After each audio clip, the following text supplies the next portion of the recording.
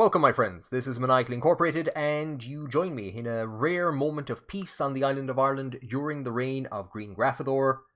In the last episode, we united the entire island, conquered the last remaining parts that were under foreign rule, drove the Welsh out of Ulster and out of Dublin, the Cathar heresies that had developed there, and achieved the unification of the entire island.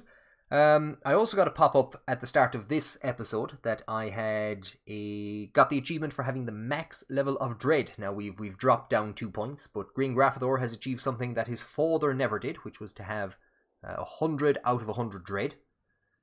And of course, also in the last episode, our son and heir, well, he's the heir to Meath, but his Grianghrafadóir's half-brother, Garelt, is the one that's actually in line at the moment for the High Kingship, and we're supporting his claim as well.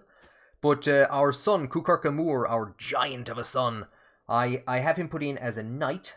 We might be able to see he's gone in at number 6, or where did he go? Oh, he's a bit lower down, but he's a fairly good knight in terms of what we have.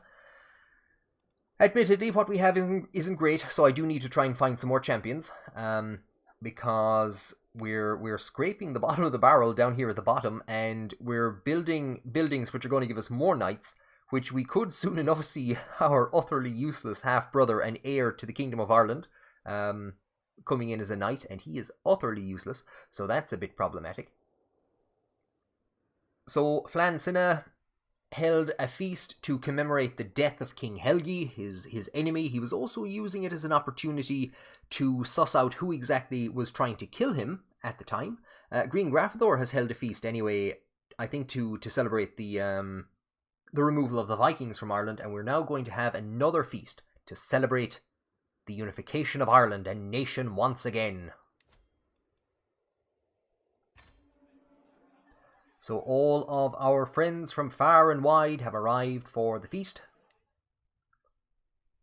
presided over by King Grianghrafadóir, and we get a little pop-up that a peasant rabble is mounting in Leinster. Peasant rabbles have been a great way for us to recruit marshals and high-ranking knights, so this might be handy. So here our half-brother is fighting with our vassal, the mayor of one of our Scottish holdings. So I'm going to restrain our half-brother. It'll give us plus 20 opinion with the mayor. He's at minus 60 at the moment. Our brother's minus 10, so he's going to get a minus 20 modifier to us, but I don't think that matters too much. We'll try and keep the vassals happy. So here's my insane ex-wife, my lunatic of an ex-wife that I divorced. I'm almost certain I divorced her. I hope I divorced her. I landed her in Scotland and divorced her. So Grianghrafadóir actually married her before I took control of Grianghrafadóir. And the food just came out, and we forgot to say that she doesn't like lemon. But we smile because we're a bit sadistic. So what we can do is she can either have a bad reaction to the food, or we can gain some stress, gain some prestige. We have a lot of prestige. And gain a weak hook on her. I think we're just ever so short of enough prestige to go up to the next level. We're at 3991. Do you know what? Saving our deranged ex-wife from lemon is not the way that we're gonna go up and become exalted amongst men. So we're gonna enjoy the food, and she's going to get a severe penalty to her health. And there we go. We all had a great time. Nothing else really happened. I get the eager reveler trait, 150 prestige. So this great feast to celebrate our victory in liberating Ireland and uniting Ireland is what will make Grianghrafadóir exalted amongst men. And there we go, our glory is widely known. So we can take this opportunity to take a look at how the reigns of Flann Sinna and his son Grianghrafadóir match up. Flann Sinna was illustrious, whereas Grianghrafadóir is exalted among men, and in terms of wars, Flann Sinna fought 11 offensive and 10 defensive already. Grianghrafadóir has equalled him in terms of offensive wars and is just behind in terms of defensive. And Grianghrafadóir is not finished in terms of offensive wars, which is another reason why he's holding this feast, to try and get down that negative penalty that a lot of his vassals have of him. It's at minus 37 for offensive wars, so we're going to wait to get that penalty down a bit, wait to let the armies grow, and then we are going to return to our various attempts to stabilize the collapsing crown of Alba. This is it now. It's gone into exile in Orkney. It's been driven completely from the mainland of Scotland, and we're going to try and basically restore it. So our Archbishop has just passed away. We have a new Archbishop. Again, he doesn't endorse us. He's not too far off though. So what we're going to do is we're going to trust him to the guardianship of a few children to bring up in the ways of the Lord, and hopefully that'll make him like us. We saw in the last video that the Pope has declared the ability to call crusades, and one has been immediately called for the Kingdom of Jerusalem. It's not going great for the Catholic forces at the moment. They had 19,000 troops, they're now down to 15,000, and they are down to minus 26% war score. Sadly, we can't join. Either because we are out of the Diplo range to contact the Pope and ask if we can join. More likely it's because the Pope is not the head of the insular faith. And we're going to see that patched in later on, and hopefully the Irish will be able to take part in crusades. I don't know if I would have joined this crusade, but I have a feeling that Garelt, who's going to be replacing, well, maybe replacing Grianghrafadóir, he'd be the type of ruler who would devote Irish arms to crusades. But yeah, whether we wanted to or not, we can't join. And just in terms of our research, we're 6 years off of understanding or discovering Banis and getting 15% reinforcement, levy reinforcement rates. And then we might turn our attention to crop rotation, which is something that we're fascinated with, or which we're exposed to. So that'll be here in 21 years, as it is at the moment. The other thing, of course, that we could do is, because we're getting a boost from this by being fascinated, we could either devote our attention to it and get it done faster, or we could go and focus on something else, because we know that within 20 or so years we're going to get this anyway. So once we get Banis done, we'll see what we're going to do in terms of our cultural research. Now we've just gotten a pop-up that the King of Brittany has died. His daughter is married to Cuchurcha Moore, our son, but our alliance is gone, even though her brother has inherited. But we no longer have an alliance to Brittany, so that's kind of awkward. And actually, if you look at our armies, if I can click on Cuchurcha. And if you look at our armies, we still have a sizable coalition, but for the first time, we actually have more troops than our allies put together.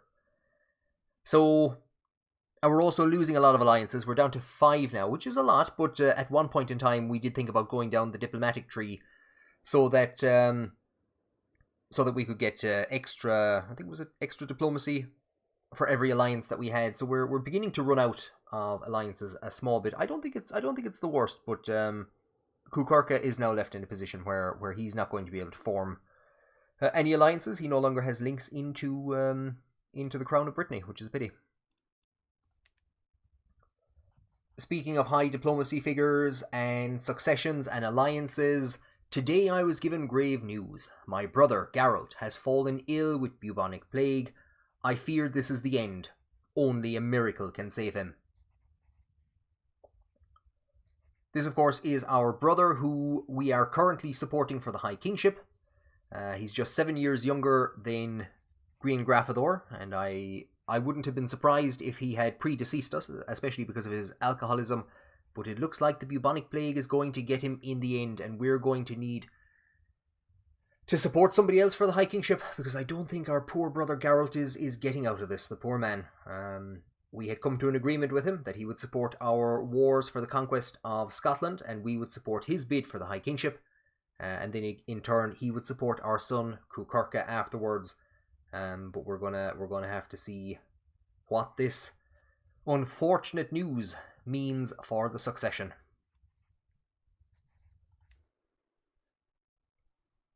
And so, in a bizarre and deranged turn of events, we are left with very few choices but to support the nomination for the High Kingship for our brother Ruacón.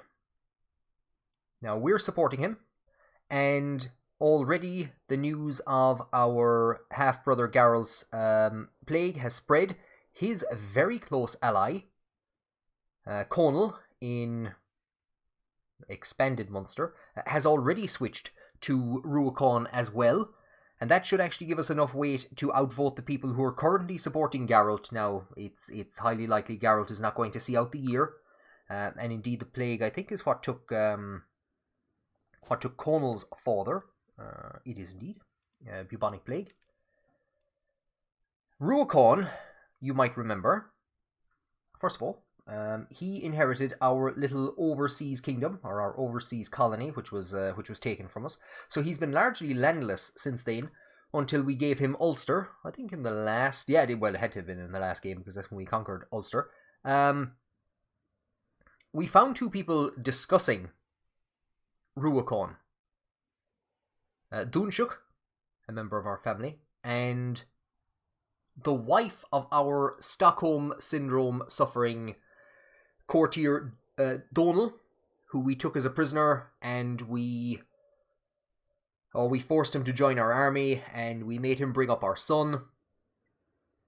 We tortured the two of them, Donal's wife and our distant cousin Dúnshach. We tortured them for information on Ruacón.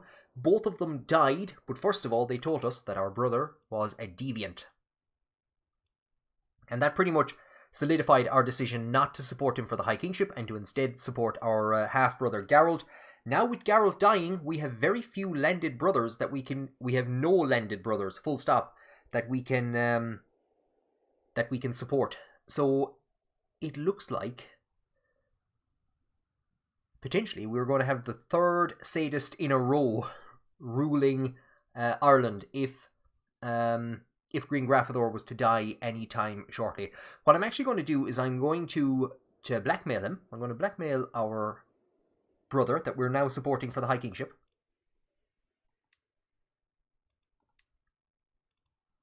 If I can find where to blackmail him. I'm going to blackmail him. And I'm going to use that then to modify his feudal contract, purely because there's an achievement for it. But we're basically going to hammer him for taxes. We know things about this guy. We know things about him. We're going to hammer him for taxes while reluctantly supporting him for the High Kingship, to maintain some level of stability in the succession. So there you go. You can see that our brother has given us a hook on him, because Ulster was feudalized. We have a feudal contract with him, even though we're what the hell are we? We're tribal. So apparently, let's see if we can high taxes. Give him high levies as well. Make him a -30. We can use our hook. I think we'll get rid of the high levies. We'll just keep normal levies. We'll get high taxes from him, and his opinion will go down, and we will modify that contract.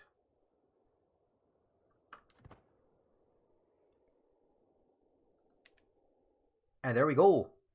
Another achievement unlocked. And just as I say that, we get a martial perk. I think for the last years of his life, Grianghrafadóir is going to try and keep his dread high, to maintain his own rule and to force through the succession of his brother, who is not much liked because of his sadistic nature and because of some of the rumors about him. So we're gonna take this, keep our dread high, and it's also, I think it's gonna do something for faction military power. And indeed, there you go. Our brother, the chieftain of Connacht, is dying. He has reduced disease symptoms, but they're only countering penalties, which I think it means it's only slowing him down, slowing down his inevitable death. Another reason why Grianghrafadóir might be supporting his weak brother Ruacán is because Kukurka stands to inherit substantial territories and should be in a position to mount a strong challenge for the High Kingship in the aftermath of what's just after happening here. A twist of fate today, with the passing of High Chieftain Garelt, the future of Ireland has changed in its course. We will never know what kind of High King he would have become, or if his death is a blessing or a curse on this kingdom. Again, another individual will go down in the annals referred to as Rídómhna, royal material. He could have been the High King of Ireland. He was in line to be the High King of Ireland. And another of Flann Sinna's children has died. One tale ends and another begins. We gain some stress. And if we come and look, we can see that indeed our player heir is Ruacán. Finally, somebody has the intelligence to support themselves for the High Kingship. But by and large, people have actually switched to Ruacán's son. They would much rather Ruacán's son. He's 26. He's not much older than Kukurka. Even Ruacán is supporting his son over himself. But like I said, we want to put somebody in place. And Ruacán is now actually the heir, Coning is now actually the heir. He's actually being supported by an overwhelming majority of the vassals. And indeed, our half-brother's passing has created severe instability in the council, because all his sons have inherited his lands and created a big group of people who all want positions on the council. For his position as Chancellor, which has been vacated, the best person for the job would be Urcaid, our half-brother. Instead, I'm going to support Ruacán. The guy who, well, he's not in line at the moment. He's in second position to his own son. So we're going to install him as Chancellor. Our Marshal. So this is Briog. He was a peasant leader. Rose up against us. Had fantastic Marshal, 24 Marshal. We're going to replace him with the Chieftain of Alloch, who's just 1 point behind him. So that'll keep him happy. And for our Spy Master, so she's at 21. Emma, she was married to our father, Flann Sinna, in his last desperate days of trying to stave off the attempts, whoever it was that was trying to kill him. We'll never know. We want to replace her with Leachnan, one of Garelt's children, who has inherited the High Chieftainshipdom of Connacht itself. So he's on his 16. It's a substantial drop. So we have restructured the entire council in the aftermath of our brother's death.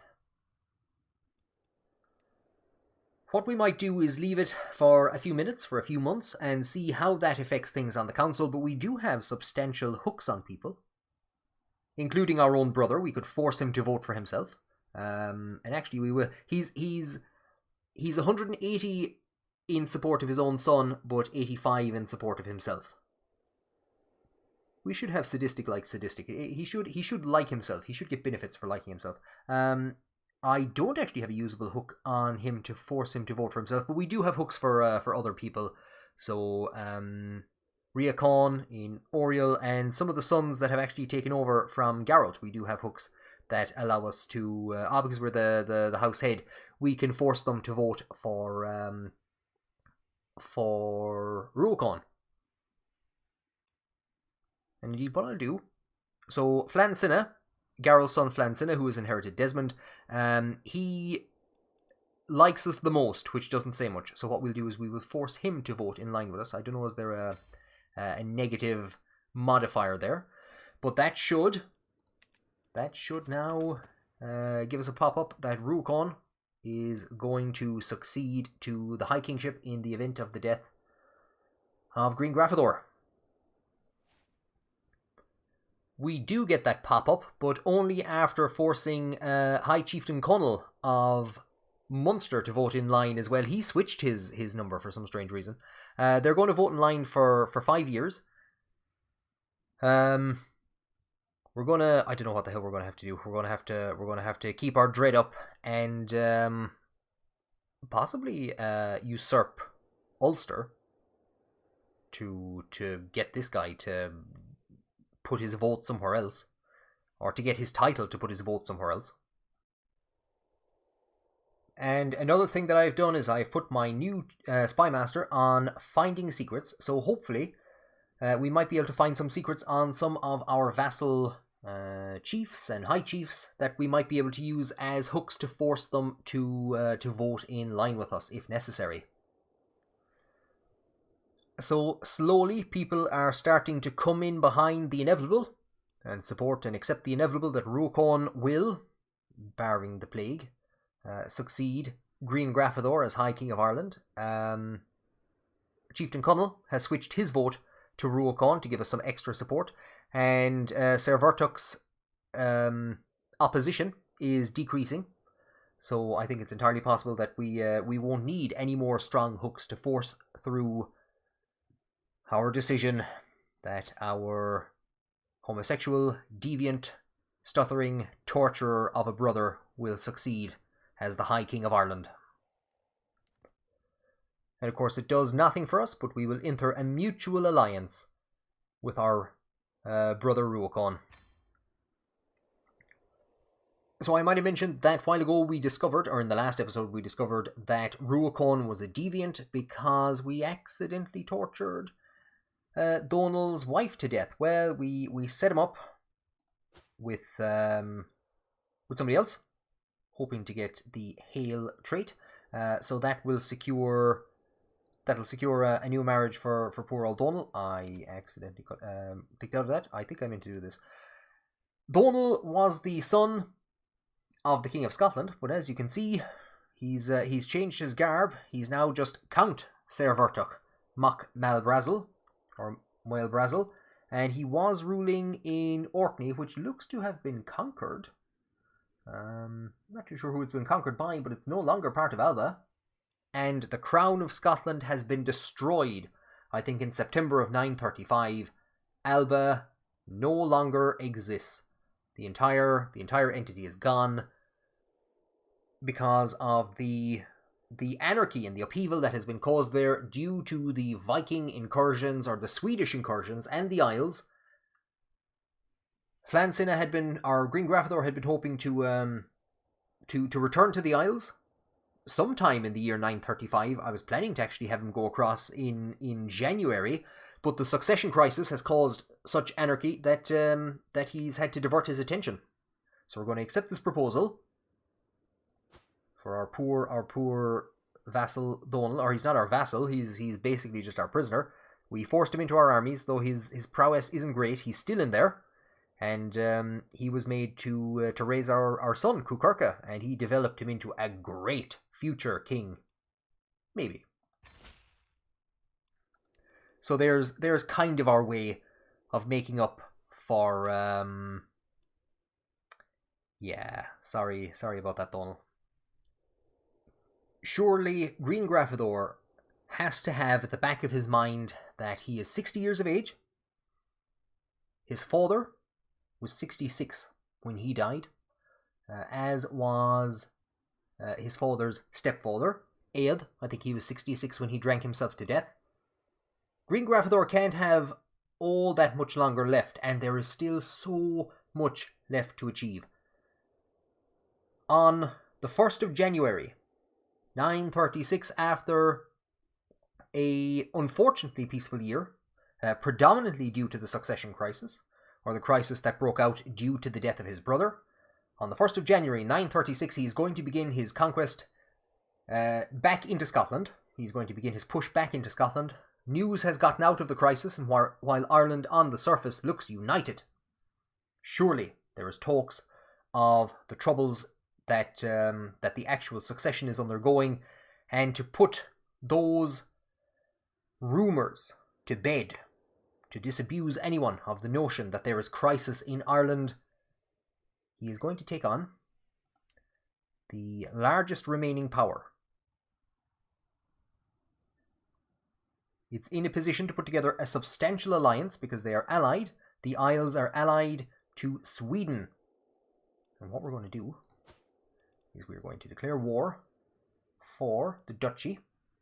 We do have some claims. We could almost subjugate them, but that's not something I want to do, because if we were to subjugate the Isles, there is a good chance that that would lead to the same kind of political collapse that we witnessed in Bavaria, when the Gardariki conquered Bavaria and collapsed within a couple of years. We do have a lot of these people. Press claims, no claims to press. What we're going to do is we are going to declare a war to conquer the duchy. And we will change our objective to Strathclyde, if I am correct. So we already have 4 of the counties in Strathclyde. So we're gonna try and add the 2 that the Isles have. And this will bring us to war with Sweden and the Isles, a substantial coalition, so we're going to have to call in some of our allies. And so, for the first time in a while, we are back to war. So, as the head of House Cead Cathach, we have called in the former King of Scotland, Donal's father, poor old Sir Vertuch, and he's joined us. I can't imagine he has many forces. No, he does not. We have married off one of our daughters and formed an alliance. I think our alliance is to the... And one of our allies has came in. I think it's to an actual duchy. Maybe I'm wrong, but they still have substantial forces. So 2 of our 3 allies are prepared to accept. 1 is not. We have our army up to 3,800, and we are going to march into... We're actually not. We're going to stop them. While we have them there, we're going to split them. A dangerous move. A dangerous move. I do have difficulty sometimes actually catching both of those. So there is Briog, our general. Do we want him commanding? Because he is a bit... Yeah, we'll put Sir Vertuch.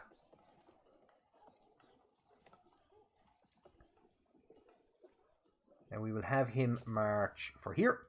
Or will we? We'll have him march for... Well, has Sweden declared war? Sweden has declared war, so Sweden has come in against us. And more people have come in against us. So there's a substantial alliance. If we zoom out, we're bringing in forces from everywhere, and of course the Swedes are coming in from their holdings in the south of Spain. So there is indeed a substantial alliance coming in against us. So we're going to try and siege down Lennox and the place just beside it before any large-scale foreign forces arrive, and hopefully our own allies will start to pour into the region soon enough. So we can see 107 troops from Orkney, from the former King of Scotland, and we can see some raiders wandering around as well. I haven't even read what that says, and I'm already wishing that I didn't put the Spymaster finding secrets. While performing his duties as my Spymaster, High Chieftain Lochnawn has uncovered a secret held by my guest, Elizabeth. She has taken my son as a lover. Who can even say how it happened, but the sheer disgrace for them both if this became known.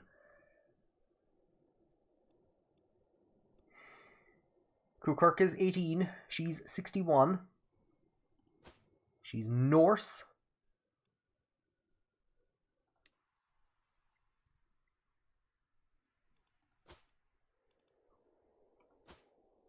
I don't have a secret against him, thankfully.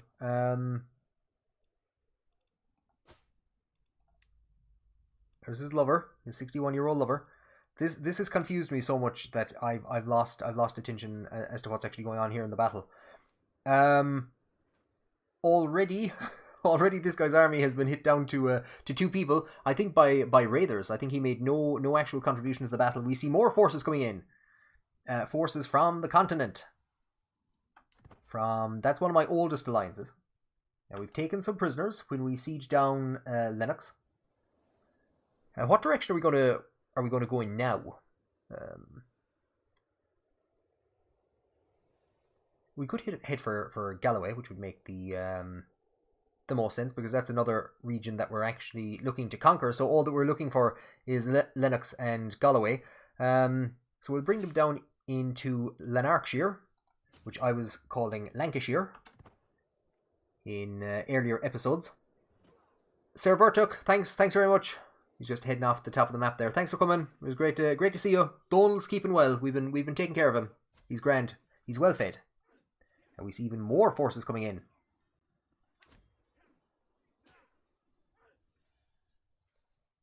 So this should be, if the Swedes landed any forces, these would be the first battles that our son would be involved in. If he wasn't off with his 61-year-old fancy woman. She's older than his father. We'll wander into Lothian. Just wander around aimlessly. I think we've done this before, or once before. We have another husband and wife duo in our prisons. The actual chiefess of this region here, she's at war with us. We've occupied her territory. We're not taking that as part of the war. We are going to be taking it later on, though. So what I was going to do, if we manage to capture anyone, if we send the armies up here for some reason and capture anyone up here, I will release them on the condition that they convert to insular Christianity. So if this region remains Norse, I don't care. We're probably not going to push this far up into Scotland. Here, Angus, this part that Sweden took, that's probably as far north as we're going, and then this general region, that's what we're looking at. And maybe if we can drag in poor old Orkney, I'm not too sure who's occupying it at the moment, but if we can spread the insular religion to here, we will. Now, because we're going to be coming after her again later on, it doesn't make much of a difference. I'll see if I can ransom her or her husband, but I think, yeah, there's somebody's already considering ransom demands at the moment.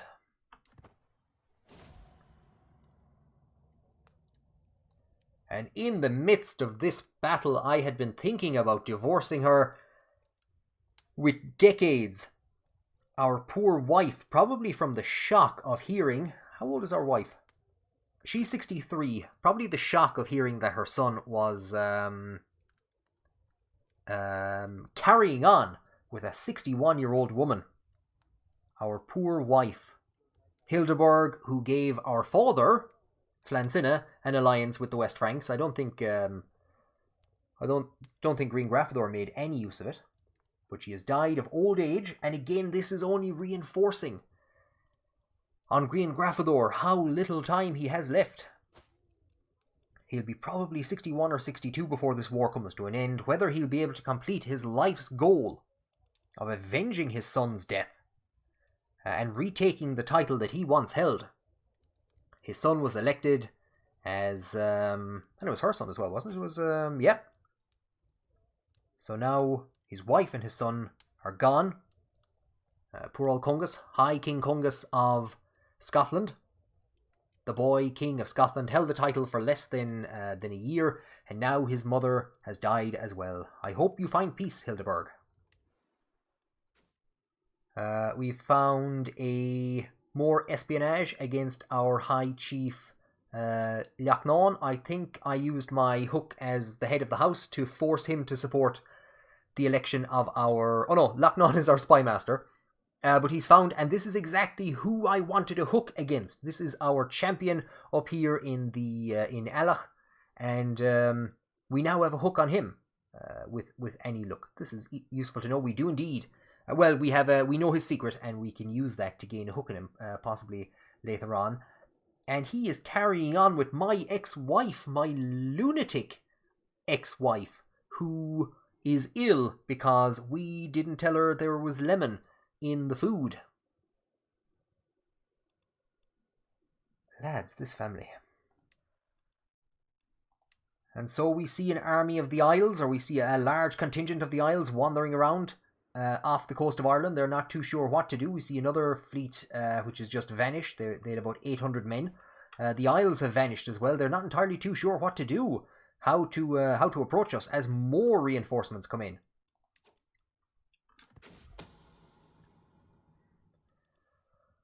So just as I was about to take a look at how the war is progressing, our spy master, Leachnaun, who discovered the secret about Cuchurca, he has accused Cuchurca Moore of having an extramarital affair with our guest, who's now 62 years of age, just a year younger than his mother was when she died.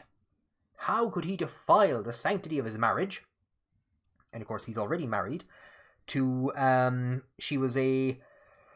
she was giving us an alliance to Brittany, the family that killed Cuchurca's uncle, who he's named after.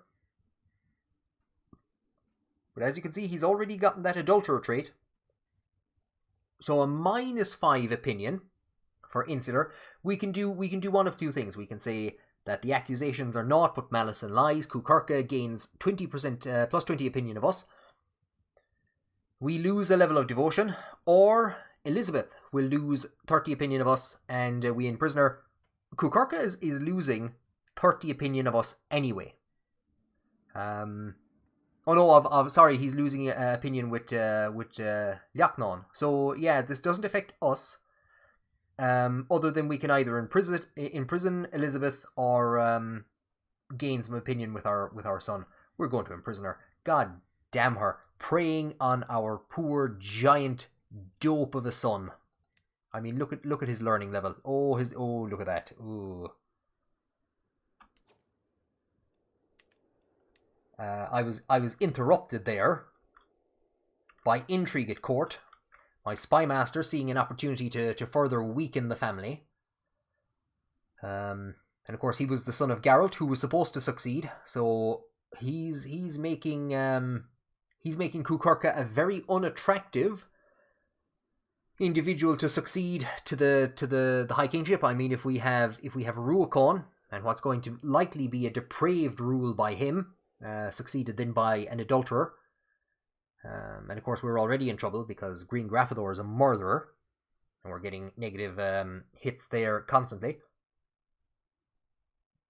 We're occupying one county of the counties that we actually need. It's given us 26% war score. We haven't hit... We did take one of their chiefs prisoner. There's been no major battles so far. They have raised 5,500 troops, so I'm not entirely too sure what's going on now. Of course, there could be argy-bargy in this region, in the Swedish holdings in kind of Yealand has stuff down here as well, down around in between Italy and West Francia. But yeah, I'm not too sure. I was expecting that we would see forces landed by now. We started this war in January. It's October.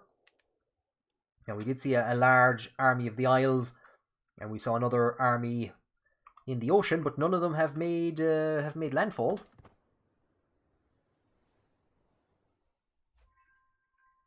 And we have sieged down Lanarkshire.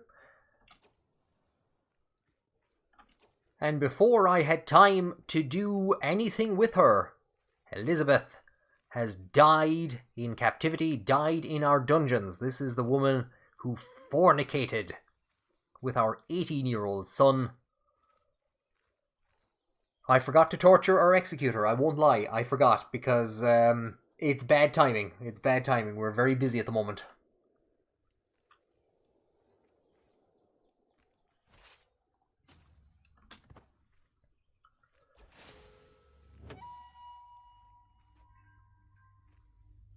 And there we go. In the midst of the battle, as I was trying to indicate where my armies were going, all of the stress, all of the anarchy of the recent events have gotten to Grianghrafadóir, and at 61 years of age, he has died. High King Grianghrafadóir of Ireland has found peace in Christ's embrace at 61 years of age. He died of old age. Known to be an exceptional strategist, he spent many of his days examining fields and drilling his troops. High King Ruachán ascends to the throne. A true sadist, many fear for what the realm will turn into under his rule. Thank you for joining me on this episode, and in the next one, we will see indeed what the realm will turn into under the rule of High King Ruachán. Thank you for joining me, and I hope you'll join me on the next one.